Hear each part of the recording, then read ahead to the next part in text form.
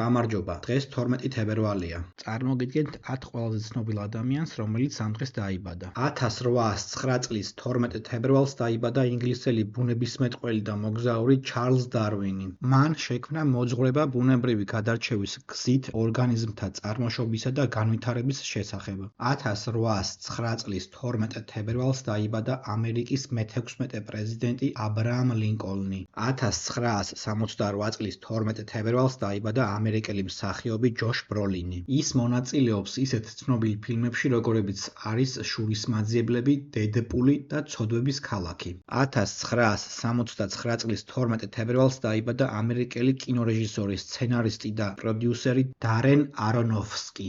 1993 წლის 12 თებერვალს დაიბადა ბრაზილიელი ფეხბურთელი რაფაელ ალკანტარა.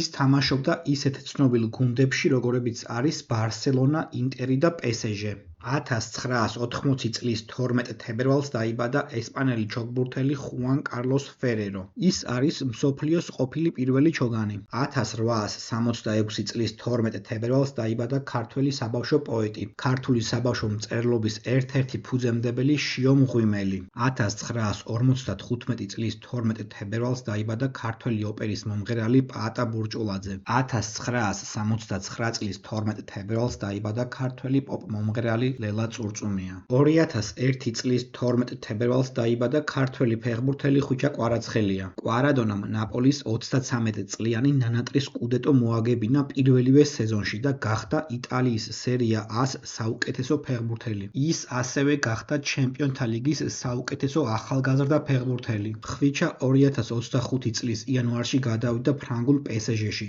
სადაც ეცდება ნანატრ ჩემპიონთა ლიგის მოგებას. დააკომენტარე შენ რომელი ცნობილი ადამიანი იცი, რომელიც ამ დღეს არის დაბადებული.